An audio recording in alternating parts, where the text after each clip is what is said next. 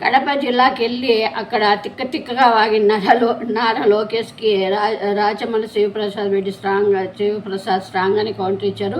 ఇక్కడికి వచ్చి ఏదో రాయలసీమ కడపలోకి వచ్చి వాగితే ఇక్కడ నీ మాటలు నమ్మే వాళ్ళు ఎవరు లేరు. అంతేకాకుండా ఏపీకి క్యాన్సర్ గడ్డ చంద్రబాబు నాయుడు అయితే టీడీపీకి క్యాన్సర్ గడ్డ నారా లోకేష్ అంటూ కూడా శివప్రసాద్ అంటే మీరు నిజంగా జగన్మోహన్ రెడ్డి గారు తప్పు చేసింటే మరి ఎందుకు అరెస్ట్ చేయలేదు అని చూసాము. నారా లోకేష్ ఈ మధ్యకాలం ఏమైనా అంటే గొడ్డల పార్టీ అని, తండ్రి అంటే కొడుకేమో, ఈయనేమో వివేకానంద రెడ్డిని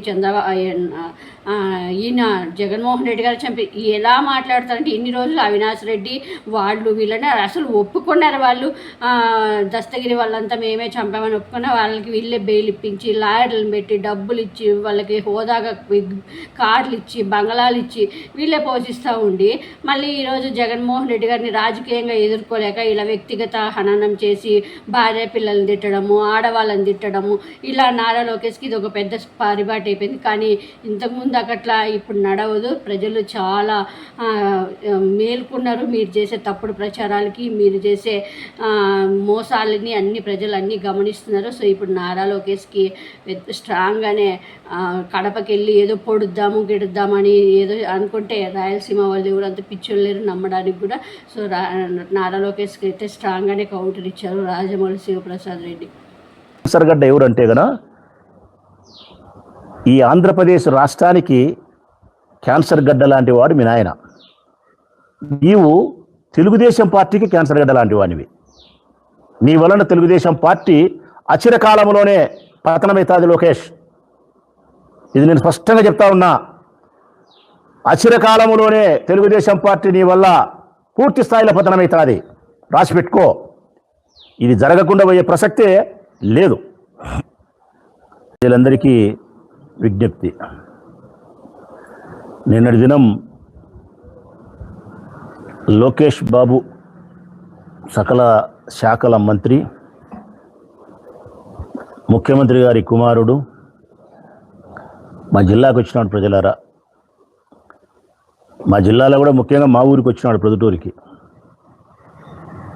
ఎప్పుడైనా ముఖ్యమంత్రి కానీ, ముఖ్యమంత్రి కుమారుడు కానీ, సకల శాఖలకు సంబంధించిన మంత్రి ఆయనే కాబట్టి మరి మన ఊరికి వచ్చినప్పుడు ఏదైనా లాభము ప్రయోజనము జరుగుతుందని చెప్పి ప్రజలు ఆశిస్తారు.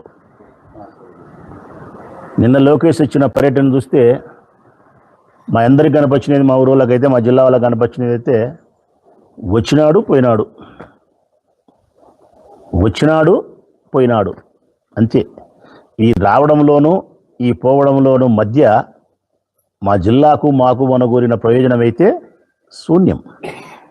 శూన్యం. మరి ఏం చేసినాడు ఆయన అంటే రివాజు. ప్రతిసారి జరుగుతూ ఉండే తతంగమే ఆ రివాజే. ఒక 6 ఆరోపణలను, 6 నిందలను, 6 విమర్శలను జగన్మోహన్ రెడ్డి గారి పైన చొప్పించడం, 12 రకాలుగా సెల్ఫ్ డబ్బా భుజం తట్టడుచుకొని లేని చెయ్యని వారి గొప్పతనాన్ని వారు చెప్పుకోవడం, ఇదే ఆనవాయితీ. ఎక్కడికి పోయినా జరుగుతూ ఉండే ఆనవాయితీ ఇదే. రాష్ట్ర ప్రజలను గమనించమని కోరుతా ఉన్నాను. నేను ఎప్పుడు కూడా నేను అసత్యం, రాజకీయ విమర్శల నేపథ్యంలో అసత్యాలు చెప్పేది నాకు ఇష్టం ఉండదు. కాబట్టి ప్రజలను పదే అడుగుతూ ఉంటాను నేను. మీరు నిశ్చితంగా పరిశీలించండి ప్రజలారా, మేము చెప్తాను ఇది నిజమా అబద్ధమా. ప్రతి సందర్భంలోనూ చంద్రబాబు నాయుడు గారు, లోకేష్ గారు చేస్తానేది ఏంటంటే కన్నా ఇప్పుడు 2 సంవత్సరాలు అయింది. ఈ ప్రజలు ఎవరైనా సరే ఈ రాష్ట్రంలోనే అడుగుతా ఉన్నా, జగన్మోహన్ రెడ్డి గారి పేరు ఎత్తకుండా, జగన్మోహన్ రెడ్డి గారి పేరు ఉచ్చరించకుండా ఒక్కరోజు అబ్బా కొడుకులు అన్నం తిని నిద్రపోయి లేచి ఉంటే ఒట్టు. జగన్ నామస్మరణ చేయకపోతే సూర్యుడు ఉదయించడు, సూర్యుడు అస్తమించడు అబ్బా కొడుకులకు. మరిది భయమా, ప్రేమనా? అబ్బా కొడుకులే చెప్పాలా? లవ్వా, శత్రుత్వమా? మరి ఈయన చేసింది అదే. పొద్దుటూరులో కూడా సిగ్గు లేదు, మానం లేదు, మర్యాద లేదు, ప్రజలు ఏమనుకుంటారనేది కూడా లేకుండా మాట్లాడింది.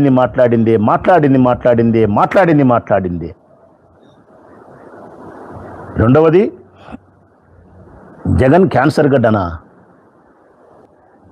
మళ్ళీ అడుగుతానా లోకేష్ నిన్ను, జగన్ క్యాన్సర్ గడ్డనా? ఇది ప్రజలను అడుగుతామా మనము?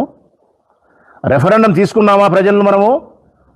ఈ రాష్ట్రానికి జగన్ క్యాన్సర్ గడ్డనా లేకుంటే రాయలసీమలో పుట్టిన రత్నమా అని అడుగుదామా?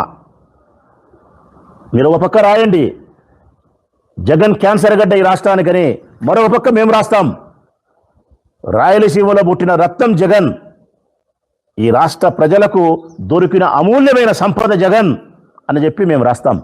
రెఫరెండం పోదామా? మేము గన ఓడిపోతే జీవితాంతం వైఎస్ఆర్ కాంగ్రెస్ పార్టీ ఈ రాష్ట్రంలో ఉండదు. రెఫరెండం తీసుకున్నామా? అర్థంలే పర్థంలే మాటలు మాట్లాడితే. జగన్ అనే వ్యక్తి ఈ రాష్ట్ర ప్రజలకు, భావితరాల భవిష్యత్తుకు బంగారు బాట వేసే గొప్ప నాయకుడు. ఇది భవిష్యత్ కాలంలో చరిత్ర చెప్తాది జగన్ ఎంత గొప్ప నాయకుడు అనేది. ఒక్కసారి అవకాశం ఇస్తేనే చెప్పింది. 19, 24, 5 సంవత్సరాల కాలంలోనే ప్రజలు చెప్తా ఉన్నారు. ఇంకా చాలా కాలం ఉంది, ఆ కాలమే తీర్పిస్తుంది. నేను స్పష్టంగా చెప్తా ఉన్నా, రాయలసీమలో పుట్టిన రత్నమే జగన్. ఈ ఆంధ్రప్రదేశ్ రాష్ట్రానికి అమూల్యమైన సంపద జగన్.